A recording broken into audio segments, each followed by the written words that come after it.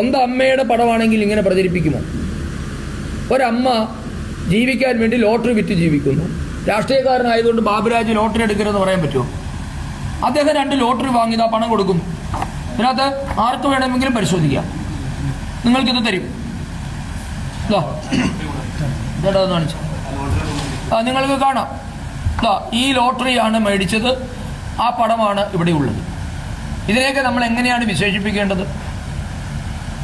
അപ്പോൾ ഇതിൽ നിന്ന് ഞങ്ങൾക്ക് ബഹുമാനപൂർവ്വം അഭ്യർത്ഥിക്കാനുള്ളത്, അങ്ങ് അഴിച്ചുവിട്ടിട്ടുള്ള സൈബർ ഗുണ്ടകളെ അങ്ങ് തന്നെ നിലയ്ക്ക് നിർത്തണം. ഇപ്പോൾ ഞങ്ങൾ അതേ നാണയത്തിൽ തിരിച്ചടിക്കാൻ മുതിരുന്നില്ല. കാരണം ഞങ്ങളുടെ നിലവാരം അതല്ലാത്തത് കൊണ്ടാണ്. ഞങ്ങൾക്ക് അങ്ങയെപ്പറ്റി പറയാൻ വസ്തുതകളോ കാര്യങ്ങളോ ഇല്ലാത്തത് കൊണ്ടല്ല എന്ന് ബഹുമാനപ്പെട്ട രമേശ് ചെന്നിത്തല മനസ്സിലാക്കണം. ഞങ്ങൾ ഇറങ്ങിയാൽ താങ്ങാനുള്ള ശേഷിയൊന്നും ശ്രീമാൻ രമേശ് ചെന്നിത്തലയ്ക്കില്ല. ഞങ്ങളെ ഇറക്കരുത്. ഞങ്ങൾ തിരഞ്ഞെടുപ്പിൽ വ്യക്തിഹത്യ വേണ്ട, മാന്യമായ രീതിയിലാണ് ഇത്ര ദിവസവും പ്രചരണം നടത്തിയിട്ടുള്ളത്. എൻ്റെയോ എൻ്റെ സഹപ്രവർത്തകരുടെയോ ഏതെങ്കിലും പ്രസംഗത്തിലോ പ്രവൃത്തിയിലോ MLA-യോ ഏതെങ്കിലും കോൺഗ്രസ് നേതാവിനെയോ വ്യക്തിപരമായി അധിക്ഷേപിക്കുന്ന ഒരു പരാമർശവുമില്ല. പിന്നെ എന്തിനാണ് ബഹുമാനപ്പെട്ട തങ്കമ്മ എന്ന് പറയുന്ന ഒരു സാധു സ്ത്രീയെ അപമാനിക്കുന്നത് നിങ്ങൾ വ്യക്തമാക്കണം. അവരെന്താണ് പഴിച്ചത്? അവർ ലോട്ടറി വിറ്റ് ജീവിക്കണ്ട എന്നാണോ രമേശ് ചെന്നിത്തലയുടെ നിലപാട്? അതാണോ കോൺഗ്രസിന്റെ നിലപാട്?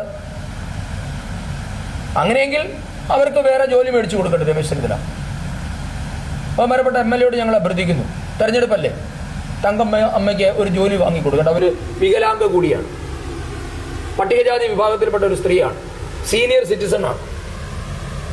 അപ്പം ഇത് ഞങ്ങൾ തെരഞ്ഞെടുപ്പ് കമ്മീഷന് മുൻപാകെ ശ്രദ്ധയിൽപ്പെടുത്തും. അടിയന്തരമായ തെരഞ്ഞെടുപ്പ് കമ്മീഷൻ പരാതി നൽകാൻ തീരുമാനിച്ചിട്ടുണ്ട്. പോലീസിൽ ഞങ്ങൾ പരാതി നൽകും. ഈ കാര്യങ്ങളൊക്കെ ഉണ്ടാകും. അമ്മയുടെ ഭർത്താവ് സുഖമില്ലാതെ കിടക്കുന്ന ഒരാളെ എന്തിനാണ് ഈ പാവം പിടിച്ച സ്ത്രീയെ, അമ്മയെ ഇങ്ങനെ പീഡിപ്പിക്കുന്നത് എന്ന് കോൺഗ്രസിന്റെ നേതാക്കന്മാർ വ്യക്തമാക്കണം. അടിയന്തരമായി കോൺഗ്രസ് ഹാൻഡിലുകൾ വഴി ഊരും പേരുമില്ലാതെ പ്രചരിപ്പിക്കുന്ന സംഗതികൾ പിൻവലിക്കണം. ഏറ്റവും ചുരുങ്ങിയത് രമേശ് ചെന്നിത്തലയ്ക്ക് അറിവില്ല എങ്കിൽ സൈബർ ഗുണ്ടകളുടെ ഈ പ്രവൃത്തിയെ തള്ളിപ്പറയാനെങ്കിലും തയ്യാറാകണം. എൻ്റെ അറിവോ സമ്മതമോ ഇല്ലാതെയാണ് ഇത് നടക്കുന്നത് എന്ന് പറയാനുള്ള ആർജവം ശ്രീമാൻ രമേശ് ചെന്നിത്തല കാണിക്കണം. നിരുപാധികം മാപ്പ് പറയണം ഇത്തരമൊരു സംഗതി ഇവിടെ ഇടയാക്കിയത്. നിങ്ങൾക്ക് തങ്കമ്മ അമ്മ ഇവിടെ ഇരിപ്പുണ്ട്, എന്ത് വേണമെങ്കിലും അമ്മയോട് ചോദിക്കാം. ബാക്കി കാര്യങ്ങൾ അമ്മ പറയും. എന്നോട് ചോദിക്കാനുണ്ട്, എന്നോടും പറയും. അമ്മ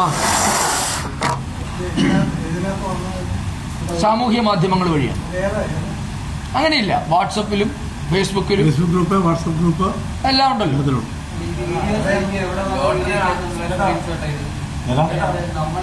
എനിക്ക് ഒരാൾ ചോദിക്കും എന്താണ് സംഭവിച്ചത്. ഇത്ര നേരം ആ കോളനിയിൽ വോട്ട് പിടിക്കാൻ ചെന്നപ്പോൾ ആ അമ്മയുടെ അമ്മ കോളനി അമ്മ തന്നെ പറഞ്ഞു. അമ്മയോട് ചോദിച്ചോ?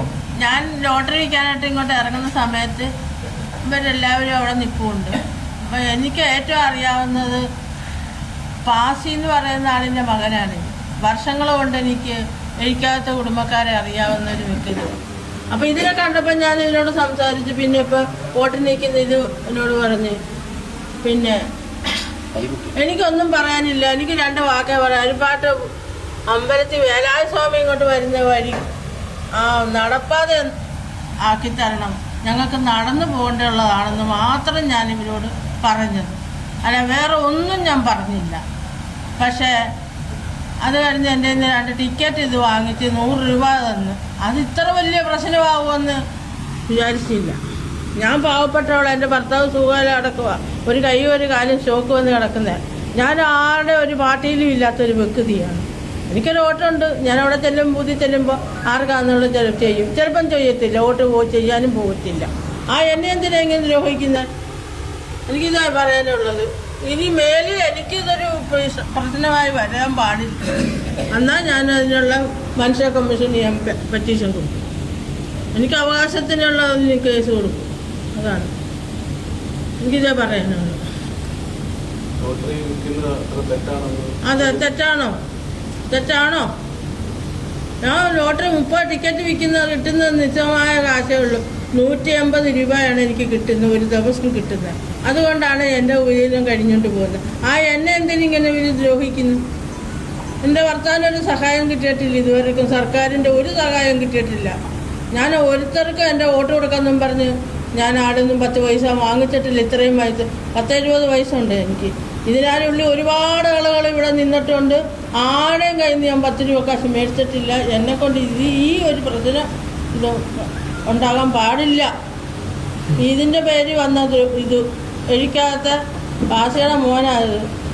അത് അവരൊക്കെ വീടുകളിൽ പോയി പണ്ടുള്ള കാലത്ത് ഞങ്ങൾ ഓരോന്ന് വാങ്ങിച്ചും കുടിച്ചും കഴിച്ചും ഒക്കെ ഉള്ള ആളുകളാണ്.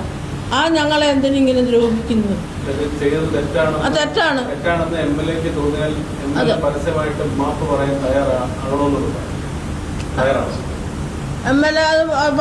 MLA അറിഞ്ഞോണ്ടാണോ എന്നറിയത്തില്ല.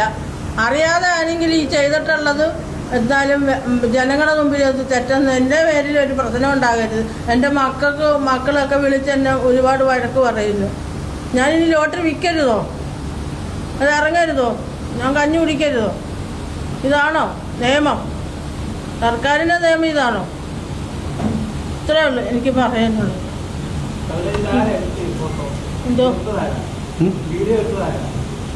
വീഡിയോ അല്ല, ഫോട്ടോയാണ്. ഇത് ഫോട്ടോയാണ്. ആരോ എടുത്തതാണ്. നമ്മളൊരു പ്രചരണവുമായി ചെല്ലുമ്പോൾ ആരൊക്കെ സമീപത്തുണ്ടാവും നമ്മൾ ശ്രദ്ധിക്കുന്നില്ലല്ലോ. നമുക്കറിയില്ല സാർ, അതാ ഞാൻ പറഞ്ഞത്. എന്തിനാണെന്ന് നമുക്കറിയില്ല. അതാ ഞാൻ പറഞ്ഞത്. നിങ്ങൾ ഇനിയിപ്പോ അങ്ങ് പറഞ്ഞ പേരെന്താ? കേരള കൗമുദിയിലെ രാഹുൽ പറഞ്ഞ വളരെ കൃത്യമാണ്. പൈസ കൊടുക്കുന്ന ആരെങ്കിലും ഫേസ്ബുക്കിൽ ലൈവ് ഇടൂ.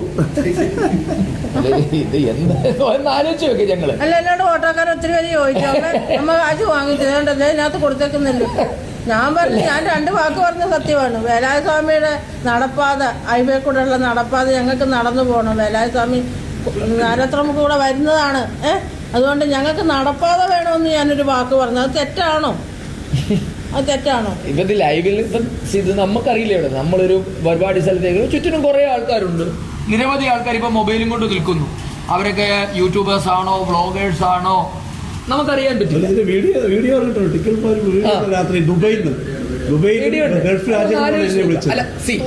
എന്റെ സുഹൃത്തുക്കളെ വിളിച്ചിട്ട് നമ്മൾ ചോദിക്കുകയാണ്.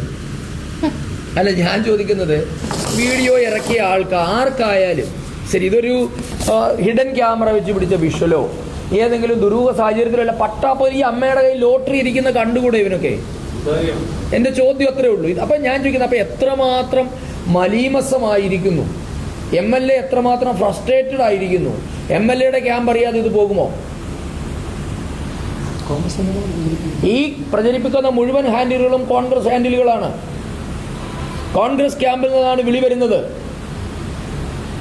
ഞാനിപ്പോ ബാബുരാജിയെ പറ്റി അങ്ങനെ പറഞ്ഞെങ്കിൽ അദ്ദേഹം അനുഭവിക്കുന്ന മാനസിക പ്രയാസം സമാനതകളില്ലാത്തതാണ്. അദ്ദേഹത്തിന്റെ വീട്ടിൽ ആൾക്കാർ വിളിച്ച് ചോദിക്കുകയാണ്, കോൺഗ്രസ്സുകാർ വിളിച്ച് ഉപദേശിക്കുകയാണ് അദ്ദേഹത്തെ. അതുകൊണ്ട് MLAക്ക് അടിയന്തിരമായി MLA തങ്കമ്മ അമ്മയോട് മാപ്പ് പറയണം. അടിയന്തിരമായി ഇത് പിൻവലിപ്പിക്കാനുള്ള നടപടികളും സ്വീകരിക്കണം. ഓക്കെ, വേറെ എന്തെങ്കിലും?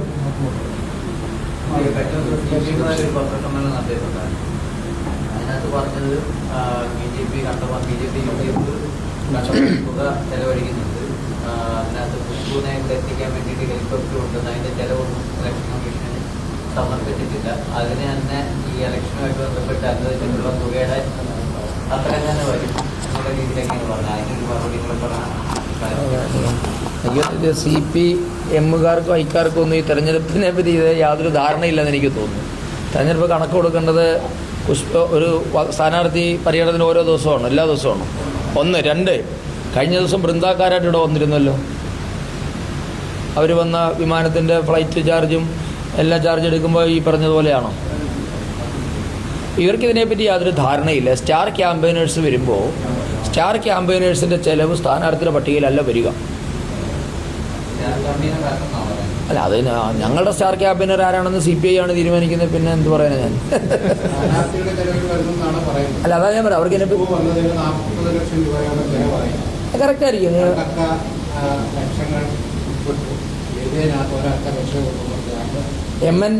MN സ്മാരകത്തിൽ നിന്നാണ് പൈസ കൊടുത്തിട്ടുള്ളതെങ്കിൽ കൃത്യമായിരിക്കും. അവരാണല്ലോ ബില്ല് കൊടുത്തത്. പറയാനില്ല. ഇത്ര കൃത്യമായിട്ട് പറയണേ MN സ്മാരകത്തിൽ നിന്നായിരിക്കണമല്ലോ ബില്ല് കൊടുത്തത്.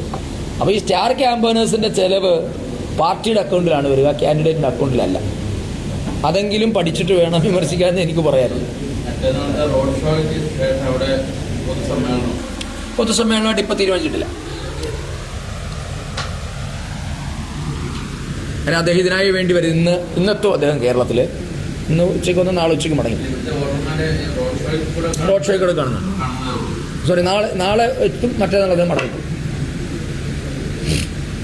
ഇവിടെ ഇപ്പോൾ റോഡ് ഷോ ആണ് പ്ലാൻ ചെയ്തിരിക്കുന്നത്. അപ്പോൾ ഫർദർ ഡിസ്കഷൻ ഇപ്പോൾ PM ഉള്ളത് കൊണ്ട് PM പോയി കഴിഞ്ഞാൽ ഒരു ഡിസ്കഷൻ കൂടെ ഉണ്ടാകും.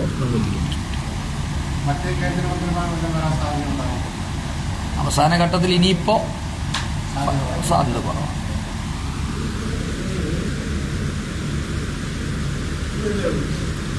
ആയിക്കോട്ടെ, സന്തോഷം.